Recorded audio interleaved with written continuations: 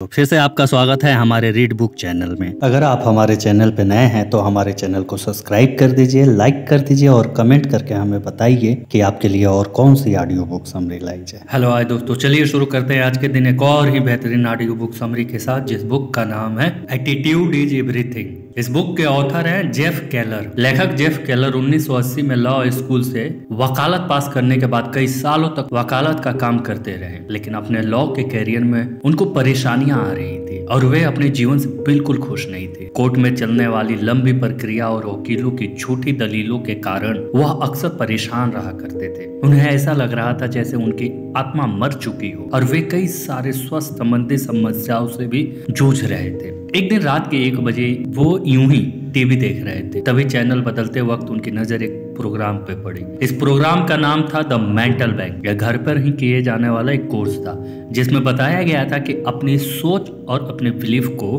बदलकर हम जीवन में सब कुछ हासिल कर सकते हैं। लेखक जेफ केलर को यह प्रोग्राम बहुत पसंद आया और उन्होंने कोर्स का ऑर्डर दे दिया। इस कोर्स को करने के बाद लेखक का अपने जीवन को देखने का नजरिया ही बदल गया।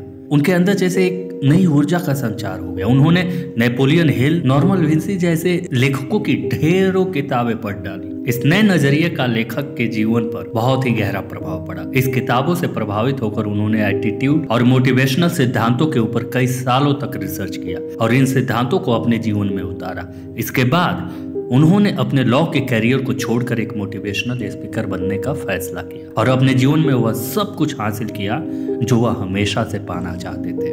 आपका एटीट्यूड एक मेंटल फिल्टर की तरह काम करता है, जिसकी मदद से आप इस जीवन और दुनिया को अनुभव करते हैं। कुछ लोग पॉजिटिव नजरिए से दुनिया को देखते हैं तो कुछ लोग नेगेटिव नजरिए से। पॉजिटिव एटीट्यूड वाले लोग ऐसा सोचते हैं कि हाँ, मैं ये काम कर सकता हूँ, वही नेगेटिव वाले लोग सोचते हैं कि नहीं, मैं ये काम नहीं कर सकता। लेखक मार्क और हेनरी नाम के 2 लोगों की कहानी के जरिए हमें पॉजिटिव और नेगेटिव एटीट्यूड का उदाहरण देते हैं। मार्क लंच टाइम में एक रेस्टोरेंट में जाता है और उसके कुछ मिनट बाद हेनरी भी उसी रेस्टोरेंट में जाता है। दोनों एक ही टेबल पे बैठते हैं।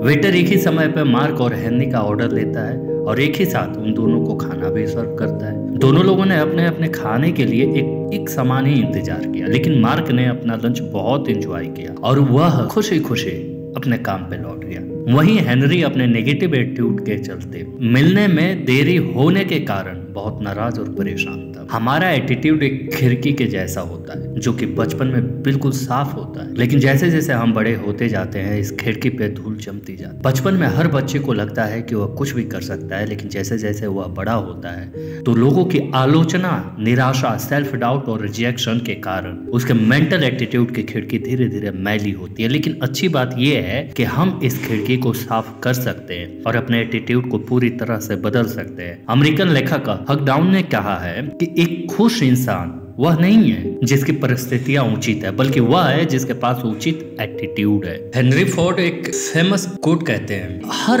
असफलता दोबारा से और अधिक समझदारी के साथ शुरुआत करने का अवसर है। लेखक का कहना है कि दुनिया में शायद ही ऐसा कोई व्यक्ति होगा जिसने बिना किसी असफलता के सफलता प्राप्त की हो। वो कहते हैं कि जब तक आप अपनी मनचाही मंजिल तक नहीं पहुंच जाते तब तक आपको असफलता के बावजूद भी कोशिश करते रहना चाहिए। लेकिन लेखक यहाँ हमें अमेरिकन टीवी होस्ट सैली जैसी लाइफ स्टोरी बताते हैं। सैली हमेशा से अपना एक टीवी शो होस्ट करना चाहती थी, लेकिन उनकी राह आसान नहीं थी। उन्होंने सैकड़ों जगह नौकरी के लिए इंटरव्यू दिया और कई बार नौकरी से निकाल दिया गया। उनके पास अपना मकान नहीं था और न ही इतने पैसे होते थे कि वह किराए का मकान ले सके, इसीलिए वह अपनी गाड़ी में ही सोया करती थी। पैसे न होने के कारण वह कभी भी भोजन भी नहीं कर पाती थी, लेकिन इतनी कठिनाइयों के बाद भी उन्होंने अपने बचपन के सपने को नहीं छोड़ा और तब तक असफल होती रही जब तक उन्होंने अपने सपने को पूरा नहीं किया और अंत में वो अमेरिका की एक प्रसिद्ध टीवी होस्ट बन गई। एमर्सन का कहना था कि वह काम करें जिस काम से आपको डर लगता है और आपके डर की मौत निश्चित है। लेखक कहते हैं कि सफलता प्राप्त करने के लिए आपको अपने कंफर्ट जोन से बाहर आना होगा और इसका सबसे अच्छा तरीका यह है कि वह काम किया जाए जिसे करने में आपको डर लगता है।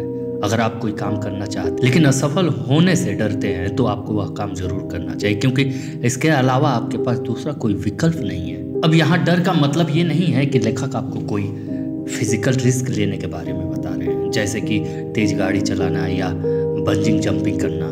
यह डर का मतलब उन चुनौतियों से है जो आपके पर्सनल तथा प्रोफेशनल जीवन में रुकावटें पैदा करती हैं। वो चीजें जो आपको डराते हैं और आपको आगे बढ़ने से रोकते हैं, लेकिन अपने अंदर आप यह जानते हैं कि जीवन में सफल होने के लिए इन चीजों को करना आवश्यक है। बाइबल की एक लाइन है, एक आईना सिर्फ इंसान का चेहरा दिखाती है, लेकिन उसकी असलियत जानने के लिए हमें यह देखना चाहिए कि उसके दोस्त किस प्रकार के हैं। लेखक का कहना है कि सिर्फ पॉजिटिव सोचने तथा पॉजिटिव बोलने भर से आप सफल नहीं हो सकते। आप कैसे लोगों के साथ अपना ज्यादातर समय बिताते हैं, यह बात भी बहुत महत्वपूर्ण है।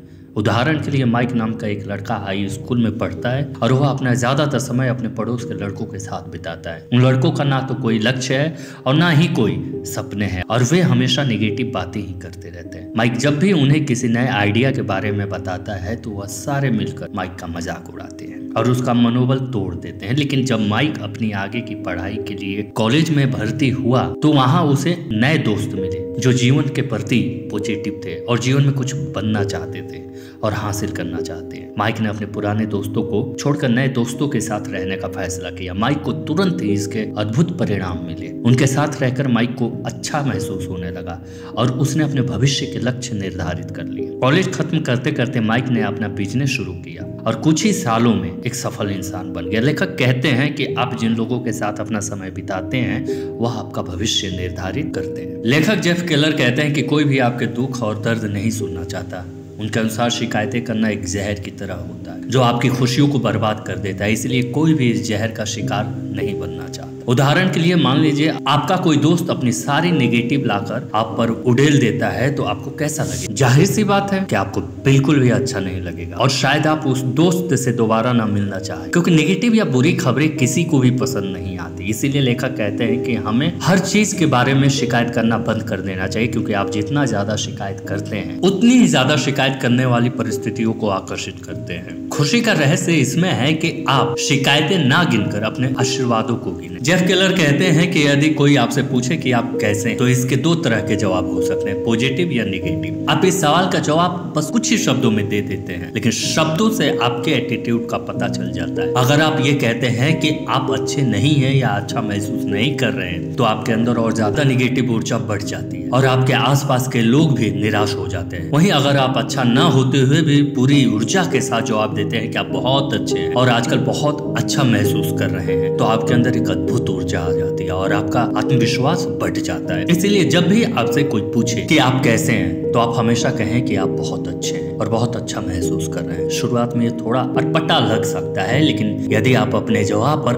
अडिग रहेंगे तो आप जल्द ही आप यह पाएंगे कि आप अच्छा महसूस कर रहे हैं और लोग आपके आसपास रहना चाहते हैं। लेखक कहते हैं कि आपके शब्दों में असाधारण शक्ति होती है। आपके शब्द आपका भविष्य उज्जवल भी बना सकते हैं और आपके जीवन को बर्बाद भी कर सकते हैं। वे कहते हैं कि हमारे शब्दों से ही हमारे बिलीफ बनते हैं और बिलीफ से ही हमारे जीवन को संचालित करते हैं। अपने जीवन को बदलने की शुरुआत उन शब्दों के बदलने से होती है जिनका प्रयोग आप अपनी रोजमर्रा के जीवन में करते हैं और यह केवल उन शब्दों तक ही सीमित नहीं है जिसे आप साधारण बातचीत में इस्तेमाल करते हैं, बल्कि यह नियम उन शब्दों पर भी लागू होता है जो आप अपने मन में सोचते हैं। उदाहरण के लिए टॉम को लगता है कि वह सेल्स का काम अच्छी तरह से नहीं कर सकता। टॉम पूरे दिन सैकड़ों या लगभग हजारों बार अपने मन में यह सोच दोहराता रहता है कि उसका यह विश्वास बन जाता है कि वह सेल्स का काम अच्छे तरीके से नहीं कर सकता। अपनी सोच के कारण टॉम अपने सेल्स करियर में असफल हो जाता है और इसीलिए टॉम कभी भी पर्याप्त धन नहीं कमा पाता। लेखक कहते हैं कि आपकी सोच से ही आपके शब्द बनते हैं और आपके शब्द आपका विश्वास बन जाते हैं जो यह निर्धारित करते हैं कि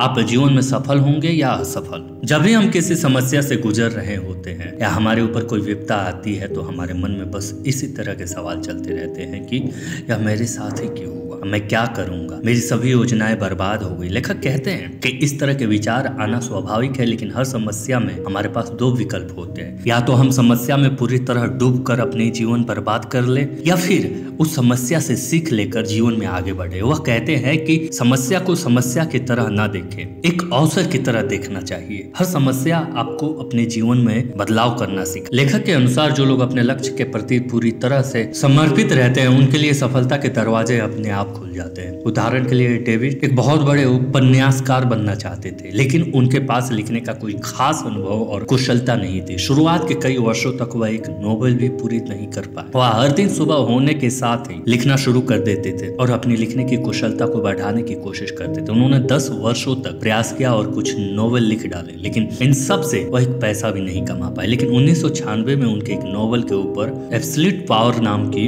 एक फिल्म बनी, जिसके लिए उन्हें लाखों डॉलर की धनराशि प्राप्त हुई। लेखक जेफ केलर कहते हैं कि हमें अपने लक्ष्य को नहीं भूलना चाहिए और उसके प्रति पूरी तरह से समर्पित रहना चाहिए। सिंगर डोइन से जब इंटरव्यू में पूछा गया है कि क्या उन्होंने कभी सोचा था कि वह एक मशहूर सिंगर बनेंगे और हजारों लोग उनका कंसर्ट देखने आएंगे, सिंगर डोइन ने कहा, इसमें से कोई भी बात उन्हें आश्चर्यजनक नहीं लगती है, क्योंकि वह 5 वर्ष की उम्र से ही अपने मन में इस प्रकार के विचित्र बना रही। अपने सपनों को हकीकत में बदलने के लिए विजुअलाइजेशन की प्रक्रिया बहुत कारगर होती है। दुर्भाग्यवश हम में से ज्यादातर लोग अपने मन में नेगेटिव चीजों और परिस्थितियों का चित्रण बनाते हैं, जिससे हमारा जीवन में दुख और परेशानियां आती है। विजुअलाइजेशन वह प्रक्रिया है जिसकी सहायता से हम अपनी मनचाही चीजों का चित्र अपने मन में बनाते हैं। इस प्रक्रिया की मदद से आप यह निर्धारित कर सकते हैं कि आप किस प्रकार के संबंध चाहते हैं, आप जीवन में कितनी सफलता पाना चाहते हैं और कितने पैसे कमाना चाहते हैं। हम जो सोचते हैं हम वही बन जाते हैं। लेखक के अनुसार इंसान का ह्यूमन मैग्नेट की तरह होता है। आप जाने या अनजाने में अपनी सोच और भावनाओं को ब्रह्मांड में भेजते रहते हैं और एक ह्यूमन मैग्नेट की तरह उन चीजों और परिस्थितियों को आकर्षित करते हैं जिसके बारे में आप ज्यादातर सोचते हैं। यदि आप निगेटिव सोच और भावनाएं रखते हैं तो आप निगेटिव परिस्थितियों को ही आकर्षित करेंगे। आपके विचार के अनुसार आपका मन लोगों और परिस्थितियों को आकर्षित करता है। उदाहरण के लिए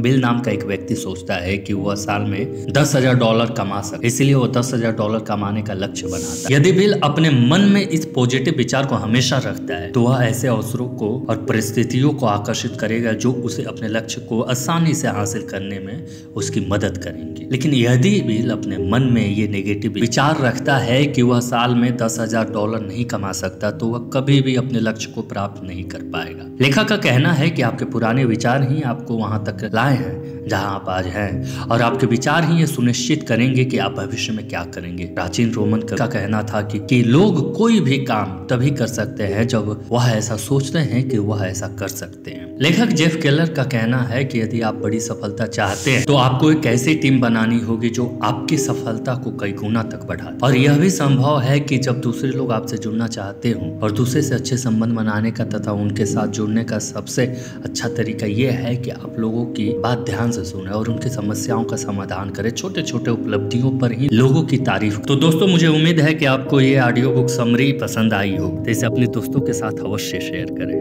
और आपको दिल से धन्यवाद अपना कीमती समय देने के लिए। दोस्तों, आप लोगों से एक अनुरोध और रिक्वेस्ट है कि प्लीज हमारे चैनल को सब्सक्राइब कर दीजिए। हम आपकी नॉलेज को इंक्रीज ही तो करते हैं, please. Thank you for watching read book. अगर आप हमारे चैनल पे नए हैं तो हमारे चैनल को लाइक कर दीजिए, सब्सक्राइब कर दीजिए और कमेंट करके हमें बताइए कि आपके लिए और कौन सी ऑडियो बुक समरी लाई जाए।